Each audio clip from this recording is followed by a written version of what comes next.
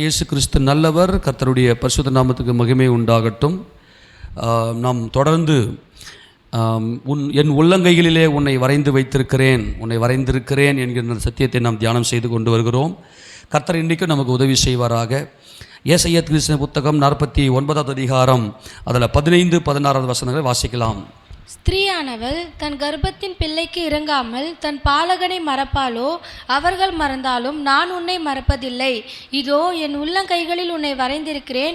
உன் மதில்கள் எப்பொழுதும் என் முன் இருக்கிறது. இதோ என் உள்ளங்கைகளில் உன்னை வரைந்திருக்கிறேன். உன் தாய் உன்னை மறக்கலாம்.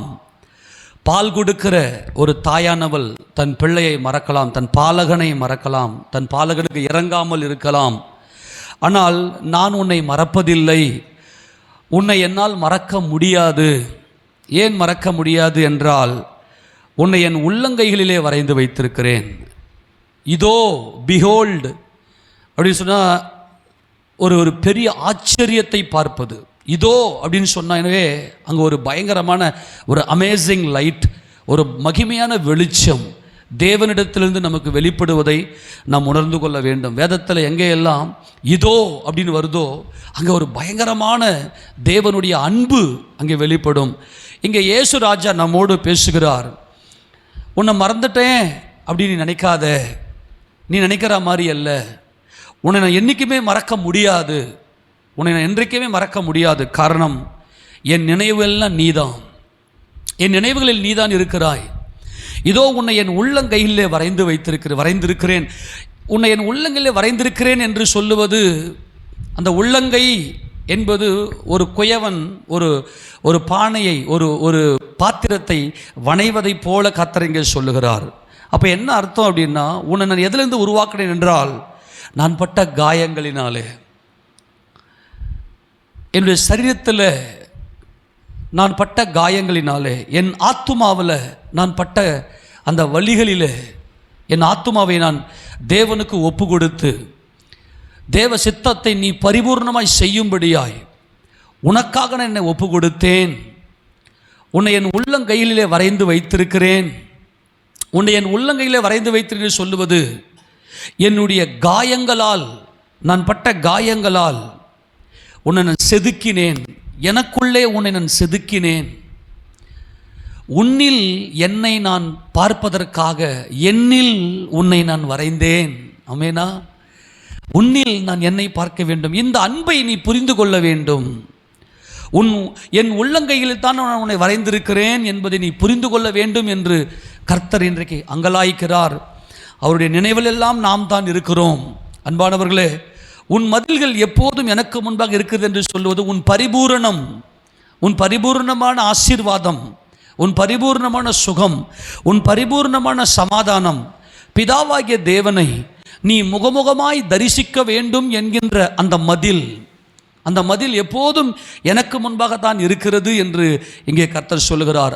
அவர் நம்மிடத்தில் எதிர்பார்க்கிற ஒரே ஒரு காரியம் என்னவென்று சொன்னால், நான் உன்னை என் உள்ளங்கையிலே வரைந்திருக்கிறேன் என்பதை நீ அறிந்து கொள், நீ புரிந்து கொள்.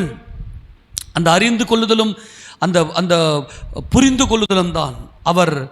அவர் உலகத்திலே வந்தார். உலகம் அவர் மூலமாய் உண்டாயிற்று. உலகமோ அவரை அறியவில்லை. உண்டாக்கப்பட்டவனே, சிருஷ்டிக்கப்பட்டவனே, நான் உன்னை என் உள்ளங்கையிலே வரைந்து வைத்து உன்னை சிருஷ்டித்தேன் என்பதை புரிந்து அவர் தமக்கு சொந்தமானதிலே வந்தார். அவருக்கு சொந்தமானவர்களோ அவரை ஏற்றுக்கொள்ளவில்லை. அவரை அறிந்து கொண்டால்தான் அவரை நாம் ஏற்றுக்கொள்ள முடியும். ஆமென் சொல்லுங்களேன். கர்த்தராகிய இயேசு கிறிஸ்துவை அறிந்து கொள்ள வேண்டும். என்னவென்று நாம் அறிந்து கொள்ள வேண்டும்? அவர் உள்ளங்கைகளிலே வரைந்து வைத்திருக்கிறார். இதை அறிந்து கொண்டு அவரை ஏற்றுக்கொண்டவர்தான் ஆரோன். ஆரோன் என்ன செய்தார்? இந்த உள்ளங்கை உடன்படிக்கைக்கு அவர் உட்பட்டு தேவனுடைய சமூகத்தில், தேவனுடைய பலிபீடத்தில் அவர் தம்மைத்தாமே அசைவாட்டும்படி ஒப்பு கொடுத்தார். அசைவாட்டி ஏறெடுத்து படைக்கிற அந்த சிலுவை, அசைவாட்டி ஏறெடுத்து படைக்கிற அந்த படைப்பில் ஆரோன் தம்மை முழுவதுமாக தேவனுக்கு, கிறிஸ்து இயேசுவுக்கு ஒப்பு கொடுத்து விட்டார் என்பதை கடந்த நாட்களிலே நாம் பார்த்தோம். அப்போது இந்த ஆரோன் என்ன செய்தார் என்றால், கர்த்தராகிய இயேசு கிறிஸ்து பிதாவாகிய தேவனுடைய சித்தத்தை செய்யும்படி அவர் தம்மைத்தாமே அவர் ஒப்பு கொடுத்தார். அந்த தேவ சித்தம் என்னவென்றால் மனுக்குலத்தை பரிபூரணமாய் மீட்க வேண்டும். மனுக்குலம் மனிதர்கள் மாம்சத்திலேயும் இரத்தத்திலையும் இருக்கிற இந்த மனிதர்கள் முழுவதுமாய் பிதாவின் சித்தம் செய்ய வேண்டும். அதுதான் அந்த மதில், அதுதான் ரட்சிப்பு. இந்த மனுக்குலத்தினுடைய மீட்புக்காக குமாரனாய், வார்த்தையானவர் குமாரனாய் பிதாவாகிய தேவனுக்கு தம்மைத்தாமே முழுவதுமாய் ஒப்பு கொடுத்தார். இப்போ தேவன் எங்கே என்ன சொல்றார்? நம்முடைய ஆண்டவர் என்ன பேசுகிறார்? இதோ உன்னை என் உள்ளங்கையில் வரைந்திருக்கிறேன், உன் மதில் எப்போதும் எனக்கு முன்பதாக இருக்கிறது என்பதை நீ உணர்ந்து கொள்ள வேண்டும் என்று எங்கே தேவன் சொல்லுகிறார். அதனால தான் ஆண்டவர் இங்கே சொல்லும்போது யான் நுகத்த உங்கள் மேல் ஏற்றுக்கொள்ளுங்கள் என்று சொன்னார். என் பிதாவின் சித்தம் நீதான்.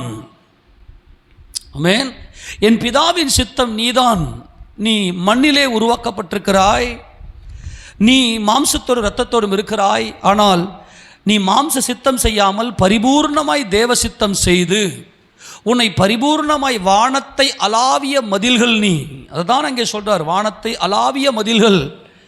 இந்த மதில் எப்போது எனக்கு முன்பாக பரிபூர்ணமாக இருக்கிறது. உன்னை நான் மறந்து விடவில்லை, உன்னை என்னால் மறக்க முடியாது.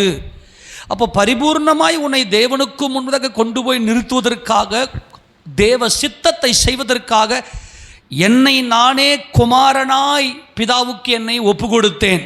ஆமெனா?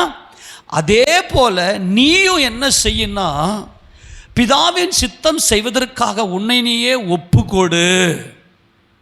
அதுதான் மத்திய சுவிசேஷ புத்தகத்தில் 11ஆம் அதிகாரத்தில் கர்த்தர் இங்கே சொல்றார். குமாரன் அந்த நுகம், அங்கே சாந்த மனத்தாழ்மை, இதெல்லாம் அங்கே உள்ளே கொண்டு வருவார். எடுத்து வாசிக்க பார்க்கலாம் அந்த வசனத்தை. மத்திய சுவிசேஷ புத்தகம் 11ஆவது அதிகாரம் 27 வாசிப்பாகலாம். சகலமும் என் பிதாவினால் எனக்கு ஒப்பு கொடுக்கப்பட்டிருக்கிறது. சகலமும் என் பிதாவினால் எனக்கு ஒப்பு கொடுக்கப்பட்டிருக்கிறது. பிதா தவிர வேறு ஒருவனும் குமாரனை அறியான். குமாரன் எவனுக்கு அவரை வெளிப்படுத்த சித்தமா இருக்கிறாரோ அவனும் தவிர வேறு ஒருவனும் பிதாவை அறியான். நல்லா கவனிக்கணும். சகலமும் என் பிதாவுடைய சித்தத்தினால் சிருஷ்டிக்கப்பட்டிருக்கிறது. கர்த்தாவே தேவரீர் மகிமையும் கனத்தையும் வல்லமையும் பெற்றுக்கொள்ளுகிறதுக்கு நீர் பாத்திரராய் இருக்கிறீர். சகலமும் உம்முடைய சித்தத்தினாலே உண்டாக்கப்பட்டிருக்கிறது என்று சொல்லி 24 மூப்பர்களும் 4 ஜீவன்களும் துதிக்கிற அந்த துதியை நாம் பார்க்கிறோம். அப்போ சகலமும் பிதாவாகிய தேவனால் சிருஷ்டிக்கப்பட்டிருக்கிறது. சகலமும் குமாரனாகிய தேவனுக்கு ஒப்பு கொடுக்கப்பட்டிருக்கிறது. ஏனென்றால் குமாரனாகிய தேவன் பிதாவின் சித்தம் செய்து முடிப்பதற்கு, பிதாவின் சித்தம் செய்வதற்காக தம்மைத்தாமே ஒப்பு கொடுத்தார். தம்மைத்தாமே பிதாவின் சித்தம் செய்வதற்கு ஒப்பு கொடுத்தபடினாலே கரை திரை பிழை முதலான ஒன்றும் இல்லாமல் மகிமையுள்ள சபையாக தமக்கும் நிறுத்து கொள்ளும்படிக்கு இந்த சபைக்காக தம்மைத்தாமே ஒப்பு கொடுத்தார். கஃப் ஆனார், உள்ளங்கை ஆனார், உள்ளங்கையில் அவர் வரைந்தார். அப்போ நான் தான் குமாரன், இயேசுதான் கிறிஸ்து, இயேசுதான் குமாரன். உன்னை பரிபூர்ணப்படுத்துவதற்காக, உன்னை பரிபூர்ணமாய், உன்னை என்றென்றைக்கும் தேவன் பரிபூர்ணமாய் தான் பார்க்கிறார். அந்த பரிபூரணத்துக்காக என்னை நானே அடிக்கிறதுக்கு ஒப்பு கொடுத்தேன். நான் குமாரனாய் இருக்கிறேன். ஆக பிதா ஒருத்தருக்கு தான் குமாரனை தெரியும். அது பயங்கரம், மாபெரும் ரகசியம். என் கர்த்தராகிய இயேசு ராஜாவுடைய பரிசுத்த நாமத்திற்கே மகிமை உண்டாவதாக. சிங்காசனத்தில் வீற்றிருக்கிற பிதாவாகிய தேவன் என்றென்றைக்கும் துதிக்கப்படுவாராக. பிதா ஒருவருக்குத்தான் குமாரனை தெரியும். அப்போ பிதாவாகிய தேவன் ஒருவனை இழுத்து கொள்ளாவிட்டால் அவன் குமாரனிடத்தில் வரான் என்பதை குமாரன் சொல்லுகிறார். அன்பானவர்களே, இது மாபெரும் சத்தியம். உள்ளங்கையிலே வரைந்து வைத்திருக்கிறேன் என்பது சாதாரண ஒரு சத்தியம் அல்ல. அவர் எதிர்பார்க்கிறதெல்லாம் உன் நினைவில் நான் இருக்க வேண்டும். குமாரன் மாத்திரமே, பிதாவை மாத்திரமே குமாரனை அறிந்தவர். பிதாவாகிய தேவன் ஒருவனை இழுத்து கொண்டால்தான் அவன் குமாரனிடத்தில் வருவான். உனக்காக உள்ளங்கை ஆனார், உனக்காக அடிக்கப்பட்டார். அவருடைய காயத்திலே நான் உருவாக்கப்பட்டிருக்கிறேன். அவருடைய தழும்புகளால் நான் பரிபூர்ணமானேன், அவருடைய தழும்புகளால் நான் பரிபூர்ணமானேன், அவருடைய தழும்புகளால் நான் சுகமானேன் என்பதுதான் அவருடைய மதில்கள் எப்போதும் எனக்கு முன்பாக இருக்கிறது என்று குமாரன் இங்கே சொல்லுகிறார். ஆமென் சொல்லாமா? யோவான் சுவிசேஷ புத்தகத்தில் பிதாவாகிய தேவன் ஒருவனை இழுத்து கொள்ளாவிட்டால் அவன் என்னிடத்திற்கு வரான் அப்படின்னு சொல்லுவார். ஏன்னா பிதா மாத்திரமே குமாரனை அறிந்திருக்கிறார். அந்த வசனத்தை வாசிக்க பார்க்கலாம். யோவான் சுவிசேஷத்தின் புத்தகம்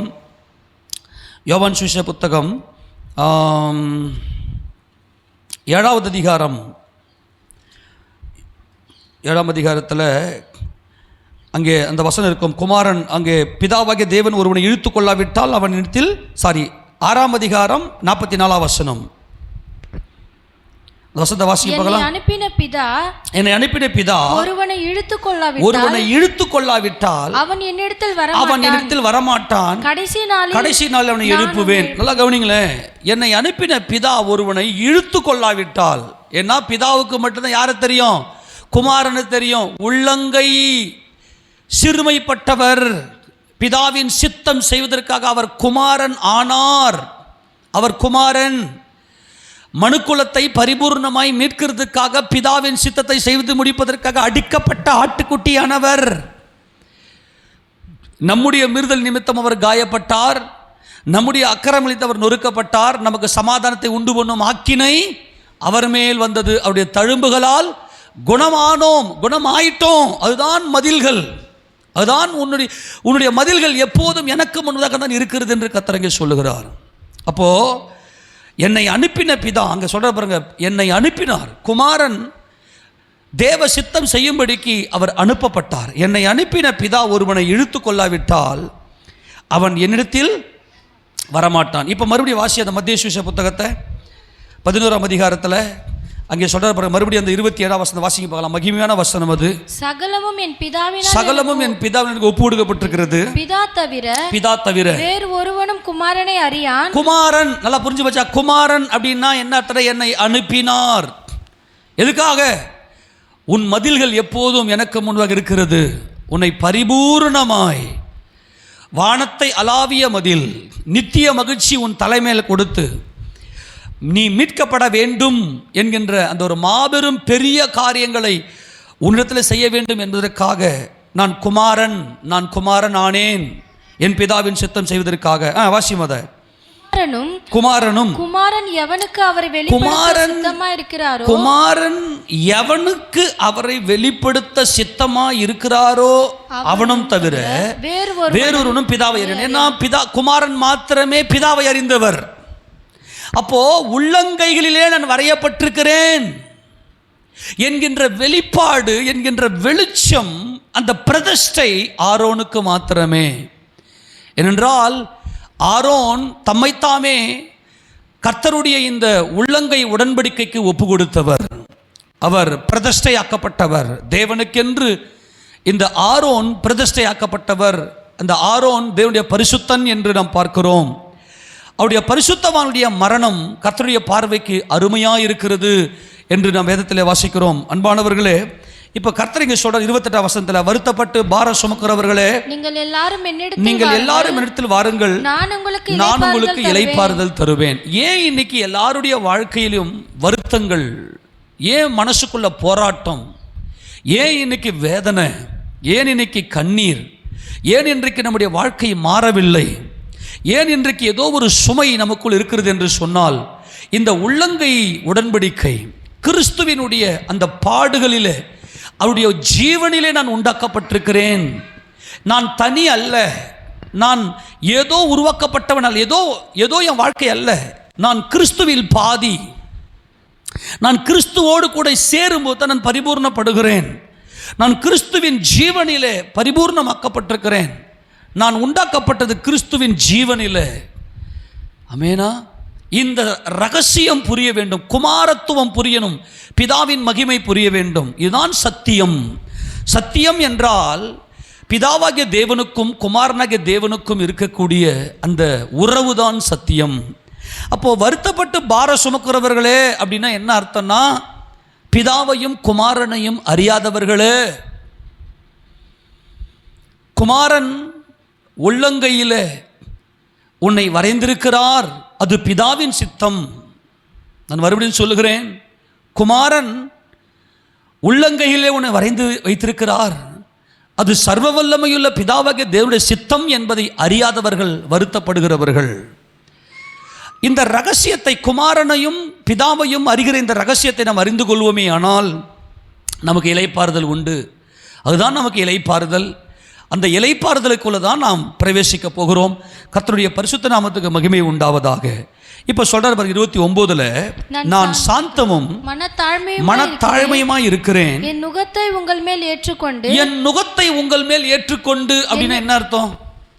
இப்போ சொல்லுங்க நீங்க, என் நுகம்னா என்னது? அப்போ என் நுகத்தை, நான் சாந்தமும் மனத்தாழ்மையுமா, இதுதான் உள்ளங்கை, இதுதான் தேவனுடைய சித்தத்தை செய்வதற்காக நம்முடைய சர்வவல்லமையுள்ள தேவன், பிதாவாகிய தேவன், குமாரனாகிய தேவன், பரிசுத்தாகிய தேவனாய், திருத்துவ தேவனாய் மனிதனுடைய மீட்புக்காக செயல்படுகிறார். குமாரனாகிய தேவனுக்கு சுயாதீன சித்தம் உண்டு. ஆனால் தம்முடைய சுயாதீன சித்தத்தை அவர் பிதாவாகிய தேவனுக்கு ஒப்பு கொடுக்கிறார். அதுதான் சாந்தமும் மனத்தாழ்மையும். மனத்தாழ்மை, இந்த மனத்தாழ்மை தான் கிறிஸ்து. இந்த மனத்தாழ்மை இன்றைக்கு தேவன் நமக்கு பரிபூர்ணமாய் கொடுப்பாராக. அவர் நமக்கு கொடுத்திருக்கிறார். அவருடைய பரிசுத்த நாமத்துக்கு மகிமை உண்டாகட்டும். என் நுகத்தை உங்கள் மேல் ஏற்றுக்கொண்டு என்று சொல்லுவது, பிதாவின் சித்தத்தை செய்வதற்கு நான் எப்படி அடிக்கப்பட்டேனோ, நான் எப்படி சிலுவையில் எல்லாருடைய பாவங்களையும் சுமந்து தீர்த்தேனோ, அதே போல உன்னுடைய பாவத்துக்காகத்தான் நான் சிலுவையிலே பாடுபட்டேன், பிதாவின் சித்தம் செய்வதற்கு. அந்த நுகம் என்பது பிதாவாகிய தேவனுடைய சித்தத்தை தம் தோல் மேலே சுமக்கிற நுகம், குமாரன். அதான் நுகம். ஆமேனா? நுகம் என்றால் அன்பு. என் பிதாவின் மேலே நான் வைத்திருக்கிறேன் அன்பு. அது எல்லை இல்லாதது. அவ்வளோ பெரிய மகிமை நான் வைத்திருக்கிறேன். என் பிதாவின் சித்தம் வானத்தை அளாவிய மதிலாய் இருக்க வேண்டும். நீ என்றென்றைக்கு பரிபூர்ணமாக இருக்க வேண்டும். என் பிதாவின் சித்தம் செய்வதற்காக உனக்காக நான் சிலுவையிலே பாடுபட்டேன். உன்னை என் உயிரிலே வைத்திருக்கிறேன். என்னுடைய பாடுகளிலே உன்னை நான் சிருஷ்டித்தேன்.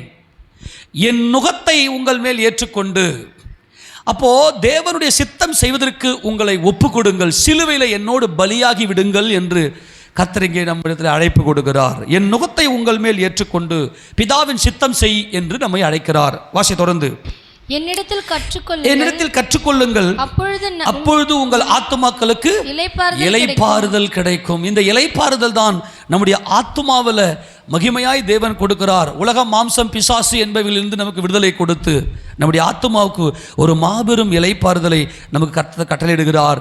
என் நுகம் மெதுவாயும் என் சுமை லகுவாயும் இருக்கிறது என்று சொல்லி கர்த்தர் நமக்கு கொடுக்கிறார். எத்தனை பேர் சந்தோஷமா இருக்கிறது? ஆமென் சொல்லாமா? என் நுகத்தை உங்கள் மேல் ஏற்றுக்கொள்ளுங்கள். நாம் எல்லாரும் கர்த்தருடைய உள்ளங்கைகளிலே இருக்கிறோம்.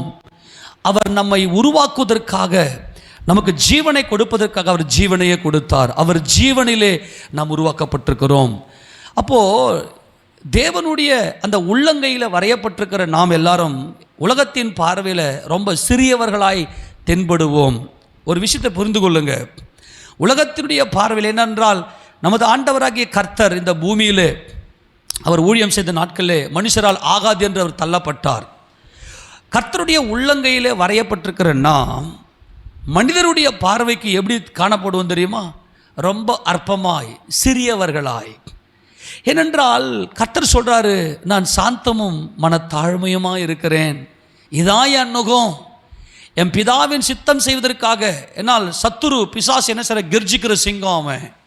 ஆனால் கர்த்தர் ஆட்டுக்குட்டியாய், அவர் தேவ ஆட்டுக்குட்டியாய், நான் சொல்றது புரிந்து கொள்ள முடிகிறதா?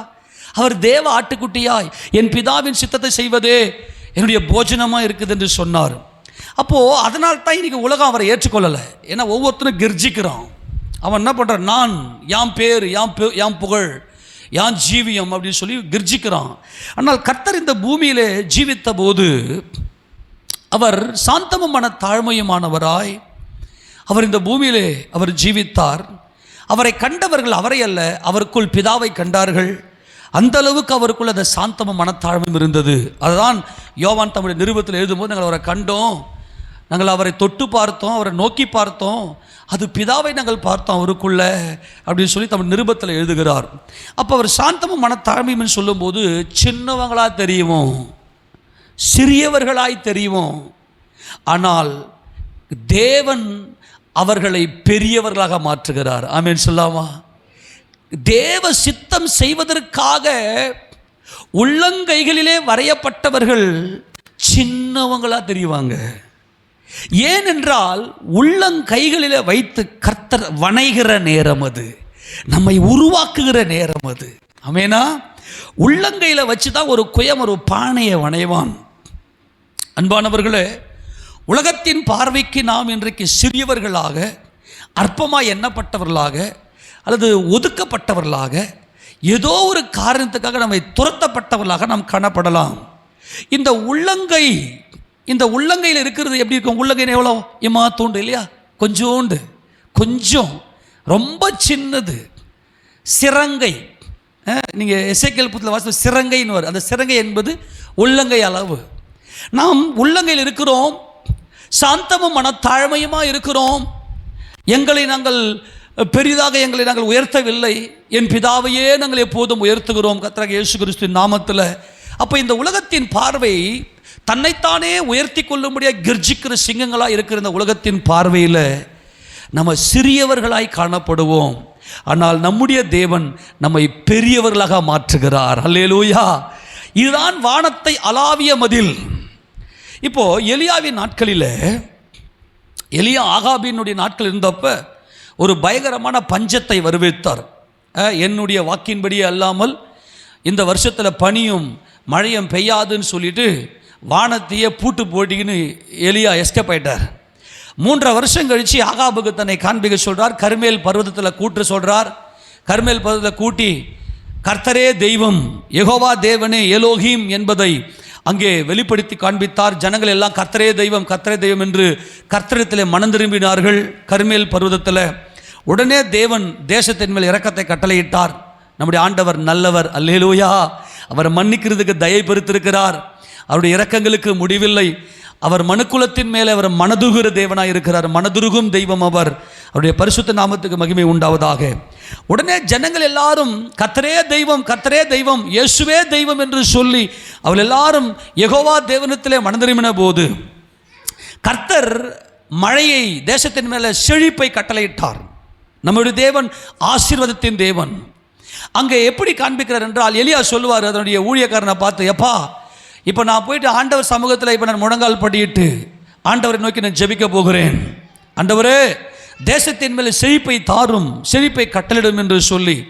அப்போது எலியா என்ன செய்கிறாருன்னா, தன்னுடைய முகம் தன்னுடைய தரையில் படும்படியாய் குனிந்து கர்த்தரை தொழுது கொள்ளுகிறார். கர்த்தராகிய இயேசுராஜாவுடைய பரிசுத்த நாம் மகிமைப்படுவதாக. அந்த வசந்த வாசிக்கல, உள்ளங்கை அளவு மேகத்தை காண்பார். அந்த வசந்த வாசிக்கலாம். 1 ராஜாக்களின் புத்தகம் 18வது அதிகாரத்தில், 1 ராஜாக்களின் புத்தகம் 18வது அதிகாரம், அதில் அந்த வசந்த மாத்திரம் வாசிக்கலாம். கர்த்தர் மகிமைப்படுவாராக. 42 வாசிக்க பார்க்கலாம், இல்லைனா 41 வாசிக்க பார்க்கலாம். பின்பு எலியா ஆகாபை நோக்கி நீர் போம், போஜனம் பண்ணும், பெருமழையின் இரைச்சல் கேட்கப்படுகிறது. இதுதான் வானத்தை அளாவிய மதில் என்பது பரிபூரணம். ஆகாப் ராஜாவே, ஏறக்குறைய தேசத்தில் 3 ஆண்டு காலம் பஞ்சம். ஒரு கழுதையாகிலும் ஒரு மாடாகிலும் ஒரு ஆடாகிலும் உயிரோடு இல்லாதபடிக்கு கொடிய பஞ்சம் இருந்தது. ஆனால் நீங்கள் கர்த்தரிடத்திலே மனம் திரும்பின போது கர்த்தரே தெய்வம், கர்த்தர் யெகோவாவே எலோஹீம், யெகோவா தேவனே எலோஹீம் என்பதை நீங்கள் உணர்ந்து கொண்ட போது கர்த்தர் உங்களுக்கு இரக்கத்தை கட்டளையிடுகிறார். அல்லேலூயா! நீ போய் போஜனம் பண்ணும், பெருமழையின் இரைச்சல், பெரிய மழை. அவருடைய பார்வை எப்போதுமே நம்ம எப்படி பார்ப்பார் என்னால், வானத்தை அளாவிய பெரிய த கிரேட் சிட்டி, பெருமழை, த கிரேட் சிட்டி. உன் மதில்கள் எப்போதும் எனக்கு முன்பாக இருக்கிறது. கர்த்தருடைய பார்வையில் நாம் என்னைக்குமே பெரியவர்கள் தான். ஆமென் சொல்லாமா? பெருமழை இரைச்சல் கேட்கப்படுகிறது என்றான். ஆகா போஜனம் பண்ணினான். பின்பு எலியா கர்மேல் பர்வதத்தின் உடைய சிகரத்தின் மேல் ஏறி தரையிலே பணிந்து தன் முகம் தன் முழங்காலில் பட குனிந்து. எப்படி பணிஞ்சாரா? அப்படியே சாஷ்டாங்கமாய் தன்னுடைய முகம் தரையிலே பட, தரையிலே தன்னுடைய முகத்தை நாங்கள் மண்ணா இருக்கிறோம் ஆண்டவர். இதுதான் ஒரு அபிஷேகம் பெற்ற ஒரு தேவ ஊழியனுடைய அடையாளம். ஜனங்களுக்காக மன்றாடுகிற, ஜனங்களுக்காக பரிதவிக்கிற, ஜனங்களுடைய சுகத்துக்காக, ஜனங்களுடைய செழிப்புக்காக, ஜனங்களுடைய நன்மைக்காக, ஜனங்களுடைய சுகத்துக்காக பரிதவிக்கிற, மன்றாடுகிற மன்றாட்டு வீரனே ஒரு உண்மையான ஊழியக்காரனாக இருக்க முடியும்.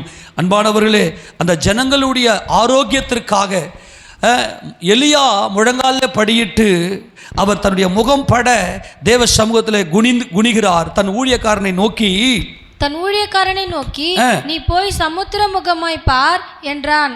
அவன் போய் பார்த்து ஒன்றும் இல்லை என்றான். நீ இன்னும் 7 தரம் போய் பார் என்றான். 7 தரம் இவன் இதோ சமுத்திரத்திலிருந்து ஒரு மனுஷனுடைய உள்ளங்கை அத்தனை சிறிய மேகம் எழும்புகிறது என்றான். எவ்வளவு மேகமா? உள்ளங்கை அளவு சிறியது. இப்போ சிறியது அப்படின்னாவே என்னன்னா உள்ளங்கை அளவு தான் சிறியது. ஆமேனா, கொஞ்சோண்டு, நம்ம பாஷை தம்மா தூண்டு, அற்பம், உள்ளங்கை அளவு சிறிய. யாரெல்லாம் கர்த்தருடைய உள்ளங்கையில் இருக்கிறார்களோ அவர்கள் சிறியவர்களாக மறைந்தே இருப்பார்கள். அவங்கெல்லாம் பெருசாலாம் கூச்செல்லாம் வராது. நல்லா புரிந்து கொள்ள வேண்டும். யாரெல்லாம் கர்த்தருடைய கையில் இருக்கிறார்களோ, உள்ளங்கையில் இருக்கிறார்களோ, அது தேவனுடைய அநாதி சிநேகம் தான் இந்த உள்ளங்கை. தேவனுடைய மீட்பின் திட்டம் தான் இந்த உள்ளங்கை. தேவனுடைய அன்பின் பரிபூர்ணம் தான் இந்த உள்ளங்கை. இங்கே அந்த ஊழியக்காரன் சொல்றான், என் ஆண்டவனே, இதோ ஒரு சிறிய உள்ளங்கை அளவு மேகத்தை நான் காண்கிறேன் என்று சொன்னதுமே எலியாவுக்கு புரிஞ்சிருச்சு. அவர் சிறியவனை புழுதிலிருந்து எடுத்து எளியவனை குப்பையிலிருந்து உயர்த்துகிற தேவன். அல்லேலூயா. எலியாவுக்கு புரிஞ்சு போச்சு. அப்ப அங்க சின்னது உள்ளங்கை வந்துருச்சுனாவே அங்க பெரிய காரியங்கள் நடக்க போகிறது. வானத்தை அளாவிய ஒரு பரிபூர்ண ஆசீர்வாதம், அவ்வளவு பெரிய செழிப்பு, சமாதானம், சந்தோஷம் அந்த பட்டணத்தில் இருக்கும், அந்த தேசத்தில் இருக்கும். அதுதான் சியோன் எருசலேம் என்கின்ற மகிமையின் பட்டணம் என்பதை எலியா உணர்ந்தவராய் அவர் சொல்ற பாருங்க, இதோ ஒரு மனுஷனுடைய உள்ளங்கை அத்தனை சிறிய மேகம் எழும்புகிறது என்றான். அப்பொழுது அவன், நீ போய் ஆகாபை நோக்கி மழை உம்மை தடை செய்யாதபடிக்கு ரதத்தை பூட்டி போய்விடும் என்று சொல் என்றான். நல்லா கவனிங்க, எலியா பார்த்தது என்னது? எலியா என்ன கேட்கிறாரு இன்ஃபர்மேஷன்ல?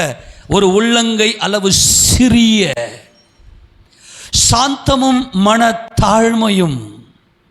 இதான் உள்ளங்கையில் இருக்கிறவர்கள். இந்த உள்ளங்கையில் இருக்கிறவர்கள் உலகத்தின் பார்வைக்கு சிறியவர்களாக இருப்பார்கள். ஏனென்றால் அவர்கள் தங்கள் சுயசித்தம் அல்ல, அவர்கள் தேவ சித்தம் செய்வதற்கு தங்களை ஒப்புவித்திருக்கிறார்கள். ஆரோனை போல.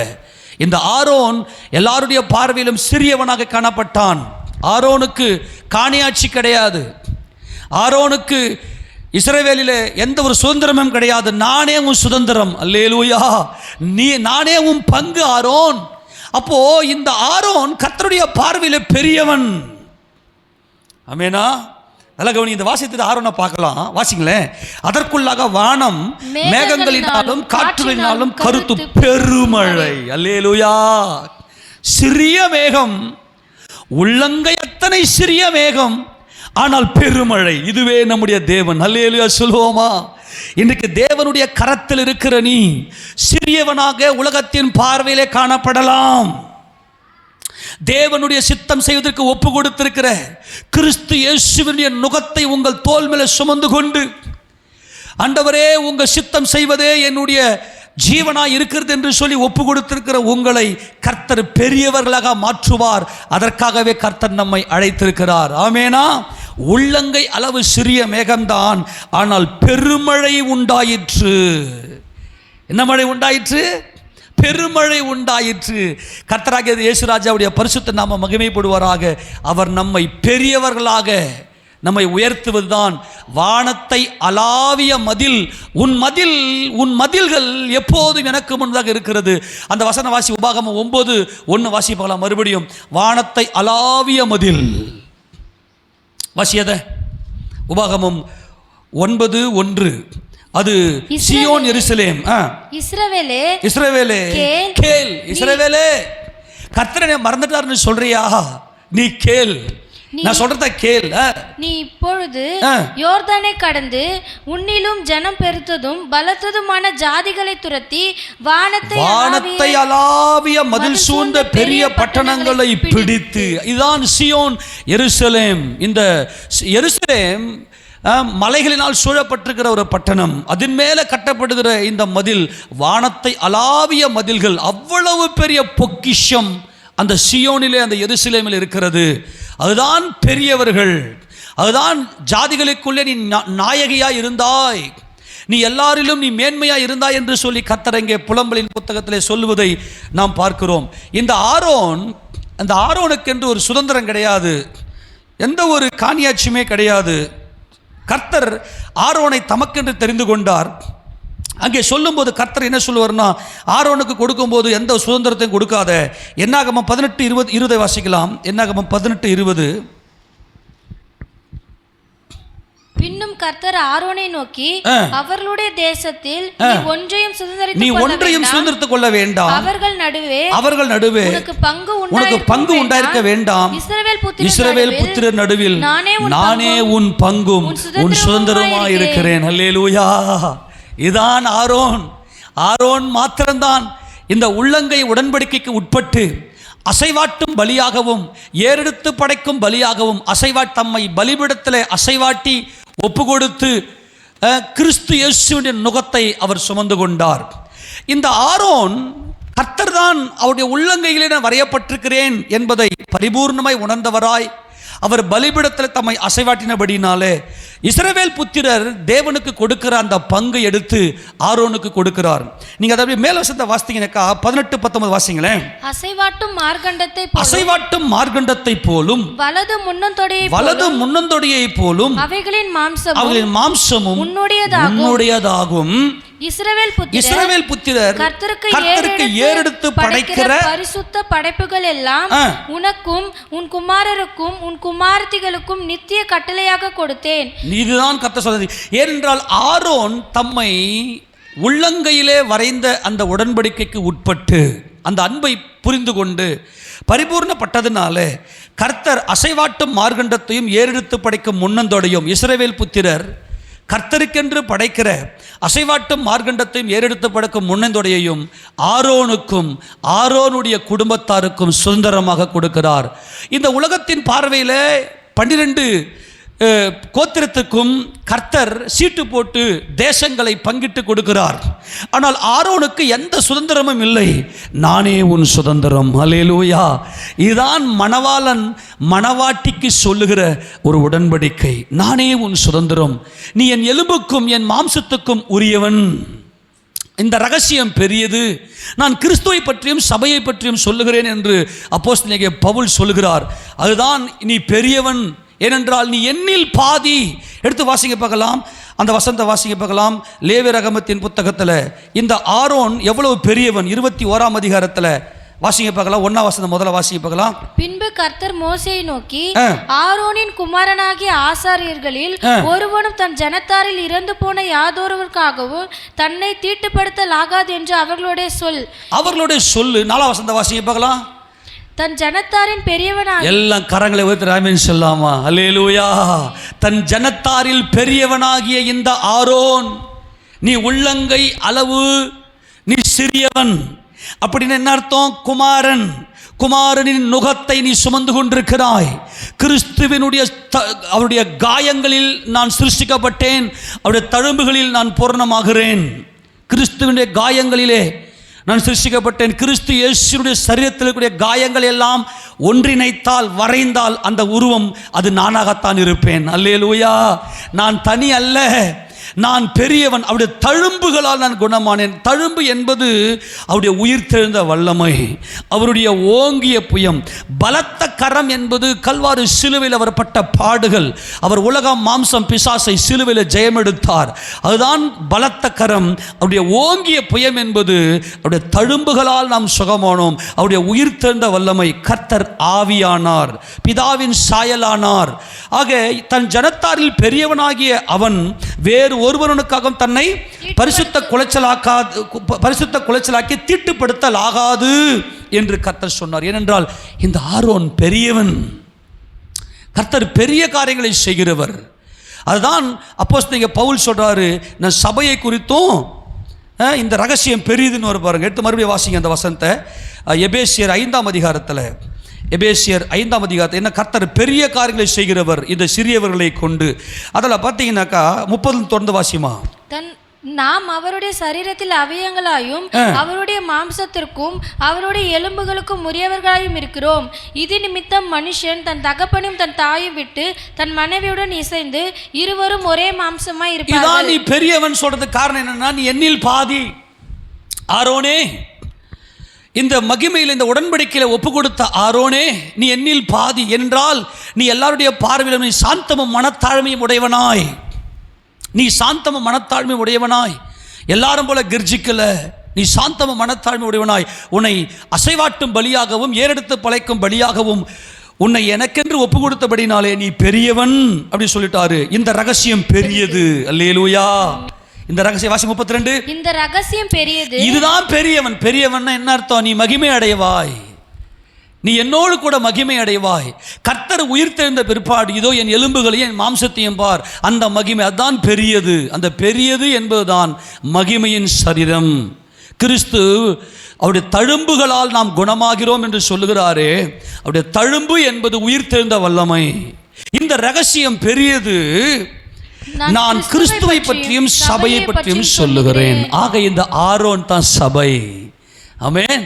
இந்த ஆரோன் தம்மைத்தாமே ஒப்பு கொடுத்தபடினாலே கர்த்தர் மகிமையான காரியத்துக்கு ஒப்பு கொடுத்து, நான் கிறிஸ்துவை பற்றியும் சபையை பற்றியும் சொல்லுகிறேன். சபை என்பது மணவாட்டி என்பவள் உள்ளங்கையிலே வரைந்து வைக்கப்பட்டுகின்ற உடன்படிக்கைக்கு தன்னை ஒப்பு கொடுத்தவள். எத்தனை பேர் புரியுது?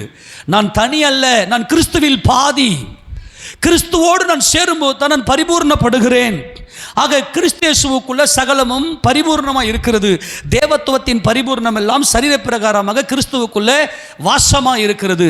ஆக இந்த கிறிஸ்துவினுடைய இந்த பரிபூர்ணத்துக்குள்ளாக நாம் பெரியவர்களாக இருக்கிறோம் என்பதை தான் இங்கே கர்த்தர் நமக்கு சொல்கிறார். 126ஆம் சங்கீதத்தை 1 வாசிக்கும் போது கர்த்தர் நமக்கு பெரிய காரியங்களை செய்கிறார் என்பதை வாசிக்க பார்க்கலாம். 126:1 நம்முடைய சிறையிருப்பை திருப்புகிறார். சீயோனின் சிறையிருப்பை கர்த்தர் திருப்பும் போது சொப்பனம் காண்கிறவர் போல் இருந்தோம். என்னடா அது கனவு காண்ற மாதிரி இருக்குது. நாங்களாம் ரொம்ப சின்னவங்களாய் தாழ்த்தப்பட்டு போயிருந்தோமே, ஒடுக்கப்பட்டு இருந்தோமே, நாங்கள் சிறையிருப்பில் இருக்கிறோமே, எங்களால் மீள முடியவில்லையே, நாங்களாம் மீண்டு வருவோமான்னு தெரியலையே. அப்படிப்பட்ட நம்பிக்கையற்ற சூழ்நிலை இருந்த நம்மை, இந்த சிறியவர்களை, இந்த உள்ளங்கை அளவு சிறியவர்களாக இருந்த நம்மை அவர் என்ன செய்யறனா, அந்த சிறையிருப்பை அவர் திருப்பும் போது கனவு காண்றது போல இருந்துச்சான், சொப்பனம் காண்றது போல இருந்துச்சான். கர்த்தர் நம்மை அப்படித்தான் அதிசயமாய் நடத்துவார். ஆச்சரியப்படத்தக்க விதமாய் அதிசயமாய் நம்மை மறுரூபத்துக்குள்ளாக கொண்டு போவார். கர்த்தர் நம்மை பெரியவர்களாக மாற்றுவார். இந்த பெரியவன் என்பதுதான் கர்த்தருடைய அந்த உயிர்த்தெழுந்த வல்லமை. அதான் கர்த்தர் சொன்னாரு, நான் சாலமோனிலும் பெரியவர், நான் தேவாலயத்திலும் பெரியவர், நான் யோனாவிலும் பெரியவர். இதெல்லாம் நாம் ஏற்கனவே தியானம் செய்திருக்கிறோம். இந்த பெரியவர் என்பது, சாலமோனிலும் பெரியவர் என்பது பிதாவாகிய தேவனை பரிபூர்ணமாக இருந்த ஞானி, தாம் ஒருவரே ஞானமுள்ள தேவனாகிய சர்வ வல்லவரை அறிந்திருந்த அந்த கர்த்தருக்கு பயப்படுகிற பயத்தை உகந்த வாசனையாய் கொண்டவர் என்பதுதான் சாலமோனிலும் பெரியவர். யோனாவிலும் பெரியவர் என்பது அவர் மரித்து கல்வாரி சிலுவையில் 3 நாள் அடக்கம் பண்ணப்பட்டு 3ஆவது நாளில் உயிரோடு எழுந்தது தான் யோனாவிலும் பெரியவர். தேவாலயத்திலும் பெரியவர் என்பது மகிமை அடைந்து பிதாவாகிய தேவனுடைய சிங்காசனத்தில் வலது பாரசத்தில் உட்கார்ந்திருக்கிற கிறிஸ்து இயேசு. ஆக பிதாவாகிய தேவனுடைய சமூகத்தில் உட்கார்ந்திருக்கிறவர் தான் தேவாலயத்திலும் பெரியவர். இப்போ 126ஆம் சங்கீதத்தில் இந்த சிறையிருப்பை திருப்புகிறார். மாம்சத்தோடும் இரத்தத்தோடும் இருக்கிற நம்முடைய சிறையிருப்பை சிறியவர்களாக பிதாவின் சித்தம் செய்யும்படி கிறிஸ்துவின் நுகத்தை தம் தோல் மேலே சுமந்து கொண்டு பிதாவின் சித்தத்தையே செய்யும்படி ஒப்பு கொடுத்து நாம் உலகத்தின் பார்வையில் சிறியவராக இருந்தாலும் நம்முடைய சிறையிருப்பை கர்த்தர் திருப்பும் போது சொப்பனம் காண்பதை போல இருக்கும். தொடர்ந்து வாசிங்களேன். அப்பொழுது நம்முடைய வாய் நகைப்பினாலும் நம்முடைய நாவு ஆனந்த சத்தத்தினாலும் நிறைந்திருந்தது. அப்பொழுது கர்த்தர் இவர்களுக்கு பெரிய காரியங்களை செய்தார் என்று புறஜாதிகளுக்குள்ளே சொல்லிக் கொண்டார்கள். எல்லா ஜனங்களுக்கும் ஆச்சரியமா இருக்கும். நீ எகிப்து தேசத்திலிருந்து புறப்பட்ட நாள் நடந்ததை போல உன்னை அதிசயங்களை காண பண்ணுவேன். ஆமெனா. கர்த்தர் நம்முடைய சிறையிருப்பை திருப்பும் போது இன்றைக்கு மாம்சமும் இரத்தமும் நம்முடைய ஆத்துமாவை இளைப்பாறுதலுக்குள் இல்லாதபடிக்கு சிறையிருப்புக்குள்ளே வைத்திருக்கிறது. ஆனால் ஒரு நாள் நம்முடைய ஆத்துமாவை மறுரூபப்படுத்தி, நம்முடைய சரீரத்தை மறுரூபப்படுத்தி, நம்முடைய ஆவியை மறுரூபப்படுத்தி பிதாவாகிய தேவனுக்கு முன்பதாக நம்மை முகமுகமாய் கொண்டு போய் நிறுத்துவாரே. அப்போ எல்லாரும் சொல்லுவாங்க, இவங்கெல்லாம் ரகசிய வருகையில் போயிட்டாங்க. ஆமெனா. புறஜாதியெல்லாம் சொல்லிக் கொள்வாங்களாம். அப்புறம் கர்த்தர் நமக்கு பெரிய காரியங்களை செய்தார், இது நிமித்தம் நாம் மகிழ்ந்திருக்கிறோம். கர்த்தாவே தெற்கத்தி வெள்ளங்களை திருப்பது போல எங்கள் சிறையிருப்பை திருப்பும். இந்த சிறையிருப்பு மாறும். ஆமென் சொல்லாமா?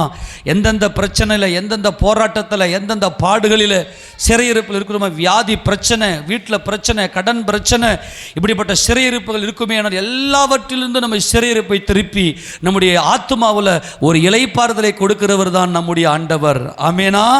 தெற்கத்தி வெள்ளங்களை திருப்பதை போல எங்கள் சிறையிருப்பை திருப்பும். அப்படி நாம் சமாதானம் பெற்று இளைப்பாறுதல் அடையும் போது தான் நம்மை தேவன் பெரிய காரியங்களாக, பெரியவர்களாக, மகிமையின் சரீரத்தை பெற்றவர்களாக, தேவ சாயலை அடைந்தவர்களாக நாம் மகிமை அடைந்து அவரோடு கூட என்றென்றைக்கும் நித்திய காலமாக இருப்போம்.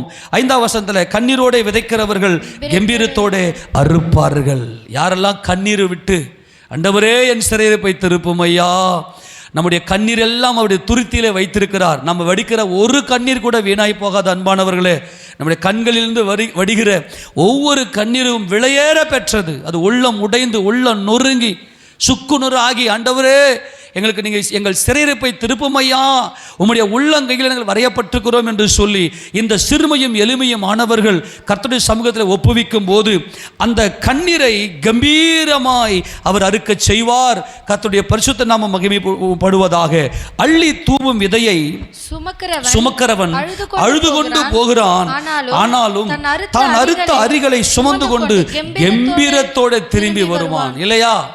விதைக்கிறவங்க என்ன பண்ணுவாங்க? இருக்கிற ஆகாரத்துக்கு என்று இருக்கிற இந்த விதையும் எடுத்து நாங்கள் விதைத்து விடுகிறோம், எங்களுடைய ஜீவனே இதுதானே அப்படின்னு சொல்லிட்டு விதைக்கிறான். ஆனால் அந்த விதை நல்லா வளர்ந்து பெரிதாகி நல்ல தானியங்கள் நிறைந்திருக்கும் போது அதை அறுத்து கொண்டு கம்பீரத்தோடு தன் வீட்டுக்கு வருகிறான். இன்றைக்கு நாம் வடிக்கிற எல்லா கண்ணீருக்கும் பலனுண்டு. இன்றைக்கு கண்ணீர் வடித்து விட்டு போகிற நமக்கு தேவ சமூகத்தில் கண்ணீரோடு, என் வாழ்க்கை மாறாத ஆண்டவரே, என் சிறையிருப்பு திரும்பாத ஆண்டவரை, இந்த சிறுமையும் எளிமையும் ஆனவர்கள், இந்த சிறியவர்கள், கர்த்தருடைய சமூகத்தில் தங்களை ஒப்பு கொடுக்கிறவர்கள், இந்த திக்கற்றவர்கள் பிதாவை நோக்கி இயேசு கிறிஸ்துவின் நாமத்தில் மன்றாடுகிறவர்கள் கம்பீரத்தோடே அறுப்பார்கள். இவர்கள் மகிமை அடைந்தவர்களாய் தேவாதி தேவனை முகமுகமாய் தரிசிப்பார்கள். அதனால் தான் நீ பெரியவன், உள்ளங்கை அளவு சிறிய மேகம், ஆனால் பெருமழையின் இரைச்சல் கேட்கிறது, பெருமழை வருகிறது. இதுதான் தேவனுடைய பிள்ளைகள். ஏனென்றால் அவர் வணைகிற நேரத்தில் நம்ம உள்ளங்கையில் அடங்கி இருக்க வேண்டும். அவர் நம்மை உயர்த்துகிற வரையிலும் அவருடைய பலத்த கரங்களுக்குள் அடங்கியிரு என்று கர்த்தர் சொல்லுகிறார். எல்லாரும் ஆமென் சொல்லாமா? அவர் நம்மை உயர்த்துகிற வரையிலும், அவர் நம்மை பெரியவனாக்குகிற வரையிலும், நம்மை பெரியவர்களாக்குகிற வரையிலும் அவருடைய பலத்த கரங்களுக்குள் அடங்கியிரு என்று சொல்லி கர்த்தர் இங்கே சொல்லுகிறார். அன்பானவர்களே, நாம் தாவீதை பார்க்கிறோம். தாவீது தான் ஆரோன் எப்படி பிரதான ஆசாரியனாய் தேவனுடைய நுகத்துக்கு உட்பட்டு தேவனுடைய சித்தம் செய்யும்படியாய் அவன் ஆசரிப்பு குடாரத்திலே இந்த ஆரோன் தம்மைத்தாமே ஒப்பு கொடுத்தது போல, நான் சிறுமையும் எளிமையும் ஆனவன் என்று சொல்லி நான் கர்த்தருடைய உள்ளங்கையிலே வரையப்பட்டிருக்கிறேன் என்பதை உணர்ந்து அந்த உள்ளங்கை உடன்படிக்கை அவரோடு கூட இசைந்ததை போல தாவீது என்ன செய்தார் என்றால் தன்னுடைய ஜீவியத்தை அந்த உள்ளங்கை உடன்படிக்கைக்கு ஒப்பு கொடுத்தார். அவர் சிறியவனாக, சாந்தமும் மனத்தாழ்மையும் உடையவராக தாவீது இந்த உலகத்தில் ஜீவனம் பண்ணினார். ஆனால் சவுலோ இந்த தாவீதை என்றாகிலும் ஒரு நாள் நான் கொன்று விடுவேன் என்று சொல்லி தாவீதை சாகடிக்க வேண்டும். தாவீதை மரணம் துரத்தி கொண்டே இருந்தது. தாவீதுடைய வாழ்க்கையெல்லாம் கண்ணீர், தாவீதுடைய வாழ்க்கையில் இருந்ததெல்லாம் வேதனைகள், கண்ணீரோடு விதைத்தார். ஆனால் இந்த தாவீதுடைய இருதயத்துக்குள்ளே நான் சாந்தமும் மனத்தாழ்மையுமா இருக்கிறேன் என்று சொல்லி அப்படிப்பட்ட மனநிலை, நான் நீசனும் என் பார்வைக்கு நான் அர்ப்பன் என்பதுதான் சாந்தமும் மனத்தாழ்மையும். நான் நீசனும் என் பார்வைக்கு அர்ப்பணமாக இருக்கிறேன், நான் கர்ஜிப்பது இல்லை, என் மாம்ச சித்தம் செய்யும்படி நான் கர்ஜிப்பது இல்லை என் பிதாவின் சித்தம் செய்வதற்காக நான் ஒப்பு கொடுக்கிறேன் என்று சொல்லி அந்த சாந்தமும் மனத்தாழ்மையுமாய் தம்மை ஒப்பு கொடுத்த அனுபவம் தான் இந்த தாவீது. ஒரு நாள் தாவீதை கொன்று தீர வேண்டும் என்று சொல்லி இந்த சவுல் திட்டம் போட்டு ஒரு பெரும் படையோடு வந்திருக்கிற வேளையில் அங்கே தாவீது ஒரு பெரிய காரியத்தை செய்வார். அந்த தாவீது கிட்ட போய் அவர் என்ன செய்வார், இந்த சவுலுடைய அந்த அந்த சொம்பு எல்லாம் எடுத்து என்ன பண்ணுவார், வந்துடுவார். அங்கே போர்க்களத்தில் படுத்து கொண்டிருந்த போது அப்பொழுது அவருடைய ஈட்டியையும் அவருடைய சொம்பையும் எடுத்துக்கொண்டு வந்துட்டு தூரத்தில் நின்று பேசுவார். தாவீது பேசுவார். அப்படி பேசும்போது இந்த சின்னவனையா நீங்கள் வந்து கொல்ல பார்க்குறீங்க என் ஆண்டவனே, இந்த கௌதாரியையா, இந்த தெல்லு பூச்சியையா என்கின்ற வார்த்தையை இங்கே தாவீது பயன்படுத்துவார். அதை பயன்படுத்தும் போது அந்த வசந்த வாசிக்க பார்க்கலாம். 1 சாமுவேல் 26வது அதிகாரத்தில் 1 சாமுவேல் 26வது அதிகாரத்தில் வாசிக்க பார்க்கலாம். அந்த வசனத்தை 20 வசந்த வாசி 20 இல்ல 20 1 சாமுவேல் 26:20 இப்பொழுதும் கர்த்தருடைய சமூகத்தில் என் ரத்தம் தரையிலே விழாதிருப்பதாக மலைகளில் ஒரு கௌதாரியை வேட்டையாடுகிறது போல இஸ்ரவேலின் ராஜா ஒரு தெல்லு பூச்சியை தேட வந்தாரோ என்றான். நல்லா கவனிக்கணும். தாவீது சவுலை பார்த்து சொல்றாரு, சவுல் ராஜாவே, நீர் கர்த்தரால் அபிஷேகம் பண்ணப்பட்டவராமே, நான் மலையில் இருக்கிற ஒரு கௌதாரி, நான் எப்போதும் சாந்தம் மன தாழ்மையுமாக இருக்கிறேன். நான் என் சித்தம் செய்யலை, நான் எனக்காக வாழல, என் பிதாவின் சித்தம் செய்வதற்காகவே என் கர்த்தரோடு கூட நான் உள்ளங்கை உடன்படிக்கையிலே நான் உடன்பட்டிருக்கிறேன்.